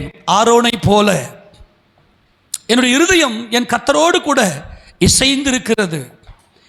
அவர் என் புருஷன். ஒரு மலையில் ஒரு கௌதாரி ஒரு நாடோடியாய் யாரும் கேட்பாரற்று அது கூடு கட்டுமே, அதுபோல நான் இருக்கிறேன். அந்த கௌதாரிக்கு என்று எந்த ஒரு ஆதார அட்டையும் கிடையாது. அது ஒரு பரதேசி. கௌதாரி அங்கங்கே போகுது, மலையில் ஒரு கூடு கட்டு முட்டையிட்டு போயிடும். கௌதாரி முட்டையிட்டு குஞ்சு பொறிக்காது. ஆமேனா? கௌதாரிக்கு குஞ்சு பொறிக்க தெரியாது. ஆண்டவரே, என் ஆண்டவனே, என் ராஜாவே, நான் ஒன்றுமில்லை. இதுதான் உள்ளங்கையில் வரையப்பட்ட அனுபவம். உள்ளங்கையிலே என் கர்த்தர் என்னை வரைந்திருக்கிறார் என்பதை புரிந்து கொண்ட அனுபவம் தான் தாவீதுடைய அனுபவம். தெல்லுப்பூச்சி அப்படின்னு என்ன தெரியுமா? தெல்லுப்பூச்சின்னு என்ன தெரியுமா? உண்ணி இருக்கு இல்லையா? நாய்கிட்ட உண்ணி இருக்கும், மாடு கிட்ட உண்ணி இருக்கும், நிறைய விலங்கினங்கிட்ட உண்ணி இருக்கும் இல்லையா? நமக்கு கூட பேன் இருக்கும் இல்லையா? அதுதான் தெல்லுப்பூச்சி. உண்ணி இருக்கு இல்லையா உடம்புல? அந்த விலங்குடைய உடலில் ஒட்டி கொண்டு அதோட ரத்தத்தை உறிஞ்சி குடிக்கிற ஒரு உண்ணியை போல இருக்கிற எனக்கு சுயமா எனக்கு எதுவுமே இல்லை. இந்த கௌதாரிக்கு சுயமா குஞ்சு பொறிக்க தெரியாது. அது முட்டையிட்டு எரேமியா சொல்லுவார், அநியாயமாய் பொருள் சம்பாதிக்கிறவன் முட்டையிட்டு அவயங்காத்தும் குஞ்சு பொறிக்காது இருக்கிற கௌதாரியை போல் இருக்கிறான்னு சொல்லி. கௌதாரிக்கு குஞ்சு பொறிக்க தெரியாது. எனக்கு ஒன்றும் தெரியாதுப்பா, நான் ஒன்றும் அறியாதவன், என் பிதாவின் சித்தம் செய்யும்படியாகவே நான் இருக்கிறேன். ஐயா, நான் கௌதாரி, நான் ஒரு தெல்லுப்பூச்சி, நான் ஒரு உண்ணி, எனக்கு சுயமாய் சாப்பிட கூட தெரியாது. என் கர்த்தர் கொடுக்கிறார், நான் சாப்பிடுகிறேன். ஒரு உண்ணி அது அந்த ஒரு விலங்குடைய உடலில் ஒட்டி கொண்டு ரத்தத்தை உறிஞ்சி குடிக்கிறது போல நான் ஒரு தெல்லுப்பூச்சியாக இருக்கிறேன், நான் ஒரு கௌதாரியாக இருக்கிறேன். என்னை தேடவா வந்தீர் என்று சொல்லி சத்தமிட்டு சொல்லும்போது சவுல் இங்கே ஒரு வார்த்தையை சொல்லுவார். 25 வசனத்தை வாசிக்க பார்க்கலாம். அப்போது சவுல் தாவீதை நோக்கி, என் குமாரனாகிய தாவீதே, நீ ஆசீர்வதிக்கப்பட்டவன், நீ பெரிய காரியங்களை செய்வாய். ஹல்லேலூயா. எதிரிக்கு தெரிகிறது இவன் கர்த்தருடைய கையில் அடங்கி இருக்கிறான். கர்த்தர் உயர்த்துகிற வரையிலும் கர்த்தருடைய பலத்த கரத்தில் அடங்கி இருக்கிறான். என் குமாரனாகிய தாவீதே, நீ கர்த்தருடைய உள்ளங்கையில் இருக்கிறாய், நீ கர்த்தரோடு இசைந்து விட்டாய். அவர் உன் புருஷன், உன் சிருஷ்டிகரே, உன் நாயகர், உன் சேனைகளின் கர்த்தர் என்பது அவருடைய நாமம். இஸ்ரவேலின் பரிசுத்தர், உன் மீட்பர், அவர் சர்வ பூமியின் தேவன் என்னப்படுவார் என்பதை நீ அறிந்திருக்கிறாய் தாவீதே. நீ பெரிய காரியங்களை தான் செய்வ, நீ இளைப்பாறுவ, நீ வானத்தை அளாவிய உயர்ந்த மதில்களை உடையவன், உன் மதில்கள் எப்போதும் கர்த்தருக்கு முன்னதாக இருக்கிறது என்பதை அறிவேன். இது சாதாரணம் அல்ல. இங்கே சவுல் சொல்வது என்ன? சவுல் அபிஷேகம் பண்ணப்பட்டவர், அவருக்குள்ள இங்கே அபிஷேகம் வேலை செய்யுது. ஏனென்றால் இந்த தாவீது கிறிஸ்துவோடு கூட இசைந்து விட்டான். கிறிஸ்து சாந்தமும் மனத்தாழ்மையுமானவர், கிறிஸ்துவின் உள்ளங்கைகளிலே இவன் வரையப்பட்டிருக்கிறான் என்பதை சவுல் அறிந்து கொண்டார். கிறிஸ்துவின் உள்ளங்கையிலே நான் வரையப்பட்டிருக்கிறேன் என்பதை தாவீது அறிந்திருந்தார். அதனால்தான் வாய்ப்பு கிடைச்சது. என் சத்துருவை நான் கொன்று குவிக்கும்படியான வாய்ப்பு கிடைச்சது. ஆனால் நான் சாகடிக்கவில்லை, நான் கர்ஜிக்கவில்லை. காரணம், என் கர்த்தருடைய நுகத்தை நான் சுமந்து கொண்டிருக்கிறேன், என் தோள் மேல் சுமந்து கொண்டிருக்கிறேன், என் கர்த்தரோடு இசைந்திருக்கிறேன். அவரில் என்னை பார்த்தவர், என்னில் நான் அவரை பார்க்கிறேன். நான் தனி அல்ல, அவரோடு இசைந்திருக்கிறேன். இதுதான் மணவாளன் மணவாட்டியினுடைய அந்த உறவு. கர்த்தர் ஆரோனை தெரிந்து கொண்டார். நியாயப்பிரமாணத்தின்படி ஆரோன் ஒப்பு கொடுத்தார். ஆனால் தாவீதோ மனப்பூர்வமாய் தேவனுக்கு தம்முடைய அன்பை வெளிப்படுத்தி, நான் கர்த்தருடைய உள்ளங்கையில் இருக்கிறேன். கர்த்தராகிய இயேசு கிறிஸ்து எப்படி குமாரனாய் சாந்தமும் மனத்தாழ்மையும் உடையவராய் எப்போதும் பிதாவின் சித்தம் செய்வதற்கு ஒப்பு கொடுத்தாரோ, அதே போல தாவீதும் அவரை உருவாக்கி பெரிய ஆளாக உயர்த்துகிற வரையிலும் அவருடைய பலத்த கரங்களுக்குள்ளே அவர் அடங்கியிருந்தார். அந்த உள்ளங்கையில் அவர் அடங்கியிருந்தார். ஒரு குயவன் எப்படி தன்னுடைய உள்ளங்கையை வச்சு அந்த பானையை வணைந்து வணைந்து வணைந்து அந்த கையில் இருக்கிற வரைக்கும், நல்லா கவனிங்க, அந்த பானையை வணையிறதே எதுக்கு அப்படின்னா நம்ம பயன்படுத்துறதுக்கு தான். ஆமென் சொல்லாமா? கர்த்தர் நம்மை பயன்படுத்துகிற ஒரு மகிமையான ஒரு நேரம் வரும். அதுவரைக்கும் அவருடைய பலத்த கரத்துக்குள்ள அந்த உள்ளங்கையில் நாம் அடங்கியிருக்க வேண்டும். அந்த உள்ளங்கையில் அடங்கியிருக்கிற நேரம் எல்லாருடைய பார்வைக்கும் சிறியவர்களாக, அற்பமாக எண்ணப்பட்டவர்களாக காணப்படுவோம். ஆனால் கர்த்தர் நம்மை பெரிய காரியங்களை செய்வதற்காக பயன்படுத்துகிறார். நிச்சயமாக நம்மை பெரியவனாக்குவார். இப்போ நல்லா கவனிங்க, இந்த நேரம் தாவீது சொல்லுகிறார், நான் நீசனும் என் பார்வைக்கு அர்ப்பணம் என்று அங்கே சொல்லுகிறார். அந்த பார்வை தான் தாவீதுக்கு இருந்துச்சு. அங்கே மீகால் கிட்ட சொல்ற தான் மனைவி கிட்ட. ஆனால் அவர் சொல்றார், நான் ஒன்றுத்துக்கும் பிரயோஜனம் இல்லாத கௌதாரி, நான் ஒன்றுத்துக்கும் பிரயோஜனம் இல்லாத தெல்லு பூச்சி, இப்போ என் கர்த்தருடைய உள்ளங்கையில் நான் இருக்கிறேன். அல்லேலூயா. என்னை பெரியவன் ஆக்கட்டும், என்னை அவர் உயர்த்தட்டும், நான் உயர்த்தி கொள்ள மாட்டேன். நான் என்ன உயர்த்தி கொள்ள மாட்டேன். கர்த்தாவே, என் இருதயம் இருமாப்புள்ளது அல்ல, என் கண்கள் மேட்டிமயமானவைகளும் அல்ல. பெரிய காரியங்களிலும் எனக்கு மிஞ்சின கருமங்களிலும் நான் தலையிடுகிறதும் இல்லை. என் ஆத்துமா, ஆண்டவரே, பால் மறந்த குழந்தையை போல நான் ஆத்துமாவை அடக்கி அமர பண்ணினேன். இதுதான் தாவீதினுடைய மகிமை. ஆண்டவரே, தாயின் பால் மறந்த குழந்தையை போல என் ஆத்துமாவை அடக்கி அமர பண்ணினேன். இதுதான் உள்ளங்கையில் வரையப்பட்ட உடன்படிக்கை. 131வது சங்கீதத்தில் நீங்கள் வாசித்து பார்த்தீங்க, வாசிக்க டைம் இல்லை. என் ஆத்துமாவை பால் மறந்த குழந்தை போல அடக்கி அமர பண்ணினேன் என்று சொல்லுவார். அதுதான் உள்ளங்கை உடன்படிக்கை. அசைவாட்டும் பலியாகவும் ஏறெடுத்து படைக்கும் பலியாகவும் தம்மை ஒப்பு கொடுப்பதுதான். என் ஆத்துமாவை பால் மறந்த குழந்தையை போல அடக்கி அமர பண்ணினேன். என் ஆத்துமா இந்த மாம்சத்துக்காக கெர்ஜிக்காது. என் கர்த்தருடைய பலத்த கரங்களுக்குள் நான் அடங்கியிருக்கிறேன். அவர் என்னை உருவாக்குகிற வரைக்கும் நான் அவர் கையில் தான் இருப்பேன். அவருடைய கை என்னை வணையும். அதான் ஏசாயா தீர்க்கதரிசன புத்தகத்தில் தாவீது இதனால உணர்ந்தவராக எடுத்து வாசிக்கலாம். 64வது அதிகாரத்தில் 64 8 வசனத்தை வாசிங்களேன். 64:8. இப்போதும் கர்த்தாவே, நீர் எங்களுடைய பிதா, நாங்கள் களிமண், நீர் எங்களை உருவாக்குகிறவர், நாங்கள் அனைவரும் உமது கரத்தின் கிரியை. அல்லேலூயா. உங்க கரத்தின் கிரியை. அப்புறம் என்னாச்சு? உங்களுடைய கையை நீ வணைந்தீர். நீர் உம்மை எனக்காக அடிக்கப்படுவதற்கு ஒப்பு கொடுத்தீர். பிதாவின் சித்தம் செய்து முடிப்பதற்காக என்னை வணைந்து கொண்டிருக்கிறீர். தாவீது இதை நன்கு உணர்ந்து கொண்டார். ஆண்டவரே, நான் உங்க கையில் இருக்கிறேன்பா. என்ன நீங்க என்னை எப்படி உருவாக்குனீங்க? இதான் எரேமியா 18 சொல்லுவார் பாருங்களேன். 6 வசனத்தை வாசிங்க. எரேமியா 18:6. நீ குயவன் வீட்டுக்கு போ எரேமியா, அங்கே நான் உனக்கு விஷயத்தை காண்பிப்பேன் சொல்லும்போது வாசிங்க பார்க்கலாம். 6:18. இஸ்ரவேல் குடும்பத்தாரே, இந்த குயவன் செய்தது போல நான் உங்களுக்கு செய்யக்கூடாதோ என்று கர்த்தர் சொல்லுகிறார். இதோ இஸ்ரவேல் வீட்டாரே, களிமண் குயவன் கையில் இருக்கிறது போல என் உள்ளங்கைகளில் இருக்கிறீர்கள். கையை தட்டி இருக்க மகிமை செலுத்துவோமா? என் கர்த்தராகிய இயேசு ராஜாவுடைய பரிசுத்த நாமம் மகிமைப்படுவதாக. நீ என் கையில் இருக்கிற, என் உள்ளங்கைகளிலே உன்னை வரைந்து வைத்திருக்கிறேன். உன் மதில்கள் எப்போது எனக்கு முன்பாக இருக்கிறது. பிதா உன்னை என்ன எப்படி பரிபூர்ணமாய் சித்தம் கொண்டாரோ அந்த பரிபூர்ணமான சித்தத்தை உனக்கு செய்து முடிக்கிற வரைக்கும் உன் மதில் யான் முன்னாடி தான் இருக்குது. உன் மதிலில் திறப்பு வராது, உன் மதிலில் திறப்பு காண முடியாது. நீ பரிபூர்ணமாய் உன்னை உண்டாக்கி இருக்கிறேன். எப்படி உன்னை உண்டாக்கினேன்? சூனேமியாளுடைய பிள்ளை மரித்து போனான். சூனேமியால் பிள்ளை இல்லாமல் தான் இருந்தால். ஆனால் பிள்ளை மத்தியான வேளையில் தன் தகப்பனோடு வயல்வெளி இருக்கும்போது எனக்கு தலை நோகிறது என்று சொன்னபோது அவன் தாயிடத்தில் அனுப்பின போது கொஞ்ச நேரம் இருந்து மத்தியான வேளையிலே அந்த பிள்ளை செத்து விட்டான். சூனேமியால் எழுந்து ஓடுகிறாள். அவள் சேணம் வைத்து கொண்டு கழுதின் மேல் ஏறி ஓடுகிறாள். அங்கே எலிசா கிட்ட, ஐயா நான் பிள்ளை கேட்டனா, நீர் தானே என கேட்டு கொடுத்தீர், இன்னைக்கு என் பிள்ளை செத்து போயிட்டான். அப்படியா, அந்த பிள்ளையை கூட்டிக்கணுமா? நல்லா கவனிக்கணும். அந்த பிள்ளைய எங்கே இருக்கிற, நான் வீட்டு மேலே நீங்கள் இருந்த மேல் வீட்டில் வச்சுருக்கிறேன், அப்போ நான் வரேன்னு சொல்லிட்டு வந்துட்டு நேராக போயிட்டு தன்னுடைய உள்ளங்கை, அந்த பிள்ளையின் உள்ளங்கை, செத்து போன பிள்ளை, அந்த பிள்ளையினுடைய உள்ளங்கை மேலே பட, தன்னுடைய வாய் அந்த பிள்ளையின் வாய் மேலே வைத்து, தன்னுடைய கண்களை அந்த பிள்ளையின் கண்கள் மேலே வைத்து அவர் ஜெபிக்கிறார். அந்த பிள்ளை உயிரடைகிறது. ஆமேனா?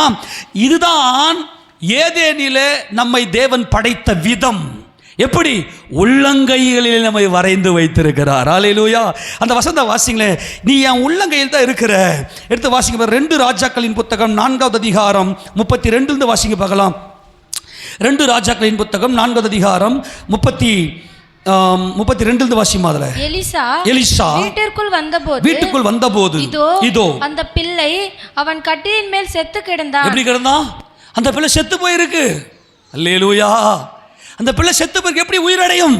எலிசா வருகிறார். வந்து உள்ளே போய் தங்கள் இருவருக்கும் பின்னாக அவன் கதவை பூட்டி கர்த்தரை நோக்கி வேண்டுதல் செய்து கிட்டே போய் தன் வாய் பிள்ளையின் வாயின் மேலும் தன் கண்கள் அவன் கண்களின் மேலும் தன் உள்ளங்கைகள் அவன் உள்ளங்கைகளின் மேலும் படும்படியாக அவன் மேல் குப்புறப்படுத்திக் கொண்டான். எவ்வளவு நல்ல தெய்வம்! அல்லேலூயா. நமது ஆண்டவர் இயேசு ராஜா உள்ளங்கையில், ஏன் அந்த உள்ளங்கையை வச்சு அங்கே படுகிறார்? இந்த உள்ளங்கை என்பது வாயோடும் கண்ணோடும் தொடர்புடையது. இந்த கண் என்பது ஜீவனை காண்பிக்கிறது, வாய் என்பது துதியை காண்பிக்கிறது. நாம் என்றென்றைக்கும் துதியோட ஜீவனுள்ள தேவனுடைய அந்த மகிமையை காணும்படியாக, அவரை துதிக்கும்படியாகவும் அவருடைய பலத்த கரங்களுக்குள்ளே நாம் வரையப்பட்டிருக்கிறோம். எத்தனை பேர் சொல்றது புரியுது? இதுக்கெல்லாம் வசனம் காட்டினா நமக்கு நேரம் ஆயிடும். கண்களின் ஒளி ஜீவனை உண்டாக்கும். ஆக இந்த கண் என்பது ஜீவனுள்ள ஒரு வாழ்க்கை. நாம் ஜீவனை பெற்றிருக்கிறோம். வாய் என்பது அவரை துதிக்கிற துதி. நமக்கு தேவன் வாயை கொடுத்திருப்பதே நம்முடைய பிதாவாகிய தேவனை துதிப்பதற்காகவே. இதுதான் இந்த மதில். அந்த உள்ளங்கை என்பது கிறிஸ்துவனுடைய பலத்த கரங்களுக்குள் அடங்கியிருக்கிற அனுபவம். அவர் நம்மை உயர்த்துவதற்காகத்தான் நம்மை இன்றைக்கு வணைந்து கொண்டிருக்கிறார். நல்லா கவனிங்க. அவன் பிள்ளையின் உடல் மேல் அவன் படுத்ததும் பிள்ளையினுடைய உடலில் அனல் கொண்டது. அந்த வெப்பம் வந்துச்சு. ஏதேனிலே கர்த்தர் நம்மை எப்படி படைச்சாருன்றீங்க? நல்லா சொல்றது கவனிங்க. அவர் பூமியினுடைய மண்ணை எடுத்துக்கொண்டார். ஆமெனா?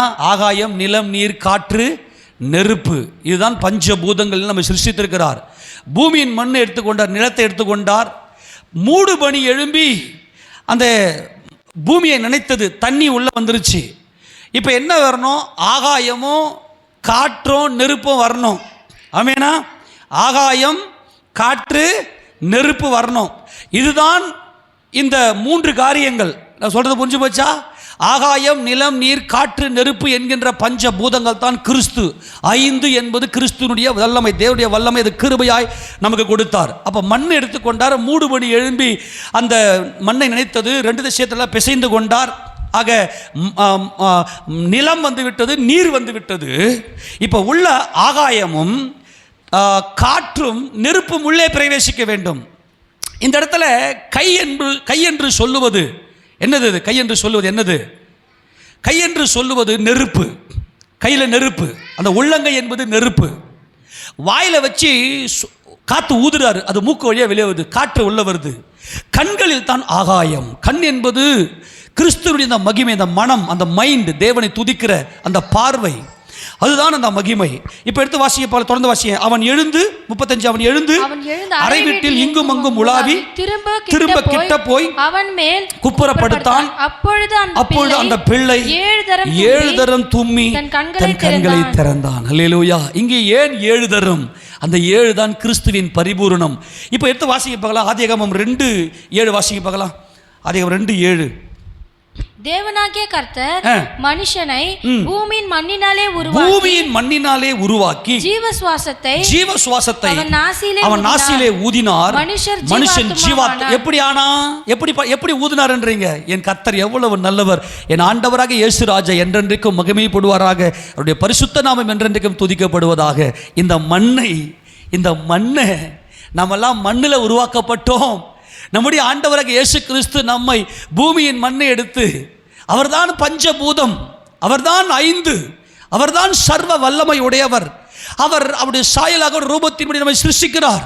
எப்படி சிருஷ்டிக்கிறார்? அவருடைய உள்ளங்கையில் ஒரு குயவன் ஒரு பானையை வணைவது போல நம்மை வணைந்தார். அல்லேலூயா. அவருடைய உள்ளங்கையில் நம்மை வரைந்து வைத்திருக்கிறார். அவர் நமக்காக காயப்பட்டார். அவர் என்ன செய்தார்? அந்த மனுஷனை அந்த மண்ணினாலே உருவாக்கினார். அங்கே மண் இருக்கிறது, நீர் இருக்கிறது. இப்போது உள்ளங்கை எடுத்து ஆதாமுடைய அந்த மண்ணின் உள்ளங்கையில் வைத்தார். தம்முடைய கண்களை எடுத்து அந்த ஆதாமுடைய கண்களின் மேலே பதிய வைத்தார். தம்முடைய வாயை எடுத்து அந்த ஆதாமுடைய வாயில வச்சு ஜீவ சுவாசத்தை ஊதினார், நாசில வரும்படியாய். நாசியிலே ஊதினார், அப்படி அல்ல, வாயில வச்சு ஊதினார், நாசியில சுவாசம் வந்துச்சு. அல்லேலூயா சொல்லுவோமா? ஆமென் சொல்லுவோமா? என் கர்த்தர் எவ்வளவு நல்லவர்! ஆண்டவரே, என் நேசர் உம்முடைய வாயின் முத்தங்களால் என்னை முத்தமிடுவாராக என்று மணவாட்டி சொல்லுகிறாள். உன்னத பாட்டின் புத்தகத்தை ஆரம்பிக்கும் போது உடைய வாயின் முத்தங்களால் என்னை முத்தமிடுவீராக என்று சொல்லுவது அவருடைய ஜீவ சுவாசம், அவருடைய மகிமையின் வார்த்தைகள். ஆக தேவன் நம்ம இப்படி தான் உண்டாக்கினார். ஆக ஆதாம் எப்படி உருவாக்கப்பட்டாரோ அதே போல இங்கே ஆரோன் தம்மை ஒப்பு கொடுக்கிறார் உள்ளங்கை உடன்படிக்கைக்கு. அதே மாதிரி தாவீது ஒப்பு கொடுக்கிறாரு.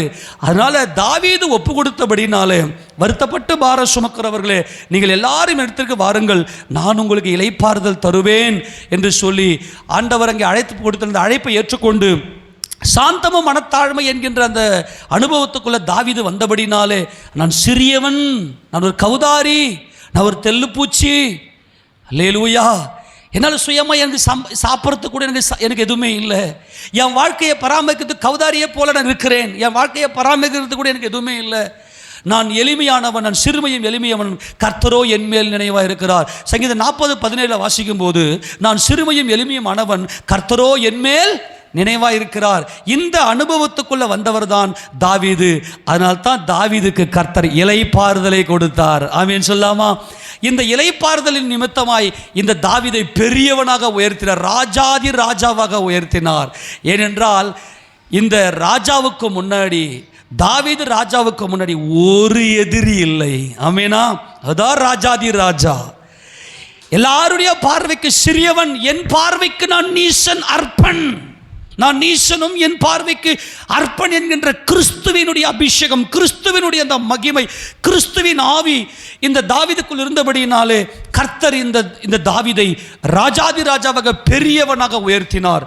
உள்ளங்கையிலே வரைந்து வைத்திருக்கிறேன் என்று சொல்வது, உன் மதில்கள் எப்போதும் எனக்கு முன்னாக இருக்கிறது, சியோன் எருசலேமே, நீ என்னைக்குமே பெரியவள். ஆமென். நீ என்னில் பாதி, நான் பெரியவர், நான் மகிமை அடைந்தவர், நீயும் மகிமை அடைவாய். இந்த வசனம் மட்டும் வாசித்து முடிக்கலாம். 2 சாமுவேல் புத்தகம் 7ஆம் அதிகாரம் திருப்பி கொள்ளுங்க. வாசித்து முடிக்க போகிறோம். தாவீதுக்கு என்ன நடந்துச்சு? 1ஆம் வசனத்தை வாசிப்பகலாம். கர்த்தர் ராஜாவை சுற்றிலும் இருந்த அவனுடைய எல்லா சத்துருக்களுக்கும் அவனை நீங்களாக்கி இளைப்பாற பண்ணினார். அல்லேலூயா. என்ன பண்ணாரா? இனிமே உனக்கு ஒரு சத்துருவும் கிடையாது, உனக்கு கர்த்தர் இளைப்பாறுதலை கொடுத்துட்டார். இதான் ராஜாதி ராஜா. ஒரு ராஜான்னா யுத்தம் பண்றது, ஓங்கிய பலத்த கரம் என்பது யுத்தம் பண்ணுவது, சிலுவையிலே யுத்தம் பண்ணி ஜெயிப்பது. ஆனால் ஓங்கிய புயம் என்பது சத்துருவே இல்லாமல் ஜெயமெடுத்து நான் ஜெயித்து விட்டேன் என்று கையை ஓங்கி நிறுத்துவது. அதுதான் இளைப்பாறுதலுக்குள்ளே பிரவேசிக்கிற அனுபவம். இங்கே கர்த்தர் ராஜாவை சுற்றிலும் இருந்த எந்த ஒரு 360 டிகிரியில் எந்த பக்கம் பார்த்தாலும் உனக்கு சத்துருவே கிடையாது. எல்லா கையை வைத்தாமேன்னு சொல்லாமா? எல்லா போராட்டங்கள் பிரச்சனையை விட்டு கர்த்தர் இன்னைக்கு உன்னை இளைப்பாற பண்ணுகிறார். இந்த இளைப்பாறுதல் தான் பெரியவன். இதுதான் மகிமை அடைந்து தேவாதி தேவனை முகமுகமாய் தரிசிக்கிற அனுபவம். எந்த ஒரு சத்துரு, உலகம், மாம்சம், பிசாசு எல்லாவற்றையும் ஜெயங்கொண்டு தேவாதி தேவனை முகமுகமாய் தரிசிக்கிற அனுபவம். இந்த அனுபவத்துக்குள்ள வந்தபோது தான் இங்க தாவீது சொல்றாரு, ஆண்டவரே நீ என்னை பெரிய காரியங்களுக்கு கொடுத்துறீங்களே. 21 வசனத்தை வாசி பார்க்கலாம். உம்முடைய வாக்குத்தத்த நிமித்தமும் உம்முடைய சித்தத்தின்படியேயும் இந்த பெரிய காரியங்கள். தாவீதை சிறியவன் என்று தாழ்த்தினார், நான் நீசனும் அர்ப்பணம் என்று தாழ்த்தினார், நான் கௌதாரியம் தெல்லுப்பூச்சியும் என்று தாழ்த்தினார். ஆனால் கர்த்தர் இந்த தாவீதை பெரியவனாய் மாற்றினார். உம்முடைய வாக்குத்தத்த நிமித்தமும் உம்முடைய சித்தத்தின்படியையும் இந்த பெரிய காரியங்கள் எல்லாம் உமது அடியானுக்கு ஆண்டவரே அறிவிக்கும்படிக்கு தயவு செய்தீர். 22 வசனம். ஆகையால் தேவனாகிய கர்த்தாவே நீர் பெரியவர் என்று விளங்குகிறது. ஆமெனா? எல்லாரும் ஆமென் சொல்லுங்க பார்க்கலாம். ஆமென் சொல்லாமா? அல்லேலூயா. நீர் பெரியவர்ப்பா, ஏசப்பா நீங்க பெரியவர்ப்பா. ஏன்னா நீங்க எனக்கு பெரிய காரியங்களை செஞ்சீங்க. ஆமென், ஆமென். என்னது இவ்வளோ பெரிய காரியங்களை, வாக்குத்தத்தங்களை கொடுத்து என்னை பெரியவனாக வைத்திருக்கிறீர். அப்படியானால் நீர் பெரியவர், இயேசு ராஜா பெரியவர் என்பது எப்போ விளங்கும் சொல்லுங்க? நம்மளை பெரியவங்களை ஆக்கும் போது தான் அவர் எவ்வளோ பெரியவர்னு தெரியும். அல்லேலூயா சொல்லுவோமா? ஆமென் சொல்லாமா? ஒரு ஆசிரியர் என்ன பண்ணுவார்? நான் என் ஸ்டூடெண்ட்டை எவ்வளோ பெரிய ஆக்கி எவ்வளோ பெரிய ஆக்கி காட்டுறான் பாரு. அந்த ஸ்டூடெண்ட் பெரியவனாகும் போது இந்த டீச்சர் எவ்வளோ பெரியவர்னு தெரியும். இப்போ இயேசு கிறிஸ்து ஜெயங்கொண்டவர், அவர் ஜெயமெடுத்தவர், அவர் மரணத்தை ஜெயமாக விழுங்கினார் என்பது எப்போது தெரியும் என்றால், அழிவுள்ளதாக இது அழியாமையும் சாவுக்கேதுவாக இது சாவாமை தரித்து கொள்ளும் போது தான் மரணம் ஜெயமாக விழுங்கப்பட்டது என்ற பெரிய காரியம் நிறைவேறும். அந்த வார்த்தை, இந்த வாக்குத்தத்தம் நிறைவேறும். அந்த வாக்குத்தத்தம் எப்போது நிறைவேறும்? வாசித்து முடிக்கலாம். 1 கொரிந்தியர் 15. 1 கொரிந்தியர் 15 இதனுடைய கம்பைன்டு வசனம் இது இல்லையா? 1 கொரிந்தியர் 15 51 வாசிங்க. இதோ ஒரு ரகசியத்தை உங்களுக்கு அறிவிக்கிறேன், நம்ம எல்லாரும் நித்திரை அடைவதில்லை, ஆகிலும் கடைசி எக்காலம் தொனிக்கும் போது ஒரு நிமிஷத்திலே ஒரு இமை பொழுதினிலே நம்ம எல்லாரும் மறுபடியும். இயேசு ராஜா பெரியவரானார், பிதாவின் சிங்காசனத்தில் வீற்றிருக்கிறார். அவரை போல நாமும் பெரியவர்களாக மறுரூபமாக்கப்படுவோம். எக்காலம் தொனிக்கும். அப்பொழுது மரித்தோர் அழிவில்லாதவர்களாய் எழுந்திருப்பார்கள், நாமும் மறுரூபமாக்கப்படுவோம். இந்த மறுரூபம் தான் பெரிய காரியம். எப்படி? அழிவுள்ளதாகி இது அழியாமையும் சாவுக்கேதுவாகி இது சாவாமையும் தரித்துக் கொள்ள வேண்டும். அழிவுள்ளதாகி இது அழியாமையும் சாவுக்கேதுவாகி இது சாவாமையும் தரித்துக் கொள்ளும் பொழுது மரணம் ஜெயமாக விழுங்கப்பட்டது என்று எழுதியிருக்கிற வார்த்தை நிறைவேறும். அப்பா, இப்போ நீங்க பெரியவர் என்று விளங்க பண்ணுகிறீர். இதுதான் தாவீது சொல்றாரு. எப்போ என்ன நீங்க பெரியவன் ஆக்கிட்டீங்களே, உங்க வாக்குத்தத்தத்தை கொடுத்துட்டு என்ன பெரியவனாக என் தலையை உயர்த்தி வைத்திருக்கிறீரே, எனக்கு இளைப்பாறுதலை கொடுத்து விட்டீரே, கண்ணீரோடு விதைத்தேன் கம்பீரமாய் அறுக்க செய்து விட்டீரே. அல்லேலூயா. எத்தனை பேர் சந்தோஷமா இருக்கிறது? அழிவுள்ளதாகி இது அழியாமையும் சாவுக்கேதுவாக இது சாவாமையும் தரித்துக் கொள்ளும் போதுதான் மரணம் ஜெயமாக விழுங்கப்பட்டது என்ற வார்த்தை நிறைவேறும். அப்பதான் அவர் பெரியவர். ஆமெனா? அப்போ நாம் இன்றைக்கு உள்ளங்கை உடன்படிக்கையில் அவர் என்னை வணைகிறார். நீ என் கையில் தான் இருக்கிற, இஸ்ரவேல் விட்டாரே, எனக்கு சொந்தமானவர்களே, நீ என் கையில் தான் இருக்கிற. அப்போ தேவன் நம்மை உயர்த்தி விட்டார், பெரியவர்களாக நம்மை மாற்றி மறுரூபப்படுத்த போகிறார். எல்லாரும் ஆமென் சொல்லாமா? இன்றைக்கு நீ அற்பமாக எண்ணப்படலாம், இன்னைக்கு தாழ்த்தலாம், தேவசத்தை செய்ய முடியும், ஒப்பு கொடுக்கலாம். ஆனால் நீங்கள் பெரியவர்களாக மகிமை அடைந்து மறுரூபமாக்கப்பட்டு என்றென்றைக்கும் பிதாவாக தேவனுக்கு முன்பாக விலை உயர்ந்த பட்டணமாய், சீயோன் எருசலேமின் மகிமையின் பட்டணமாய் தேவனுக்கு முன்பாக இருப்போம். நாம் அழிவுள்ளவர்களாகி நாம் அழியாமையை சுதந்திரத்துக் கொள்ளுவோம். சாவுக்கேதுவாக இது சாவாமையை சுதந்திரத்துக் சாவாமையை சுதந்திரத்துக் கொள்வது தான் பெரிய காரியம். ஆமென். இந்த சாவாமியை சுதந்திரத்துக் கொள்வதுதான் பெரிய காரியம். இந்த பெரிய காரியத்துக்காகத்தான் நம்மை அழைத்திருக்கிறார். சியோனோ, என்னை மறந்தார் என்று நீ சொல்லாத, நீ என்னில் பாதி. நான் உன் நினைப்பாக தான் நான் இருக்கிறேன், நான் உன்னை மறக்கவில்லை.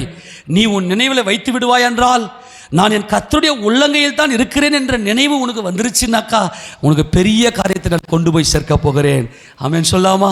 எல்லாரும் முழங்கால் படியிட்டு, அன்புள்ள ஆண்டவரே உமக்கு ஸ்தோத்திரம் இயேசப்பா, உங்கள் பெரிய காரியத்துக்காக நான் நன்றி சொல்லுகிறேன். அழி உள்ளதாக இது அழியாமையும் சாவுக்கேதுவாக இது சாவாமையும் தடுத்து கொள்ளும் போது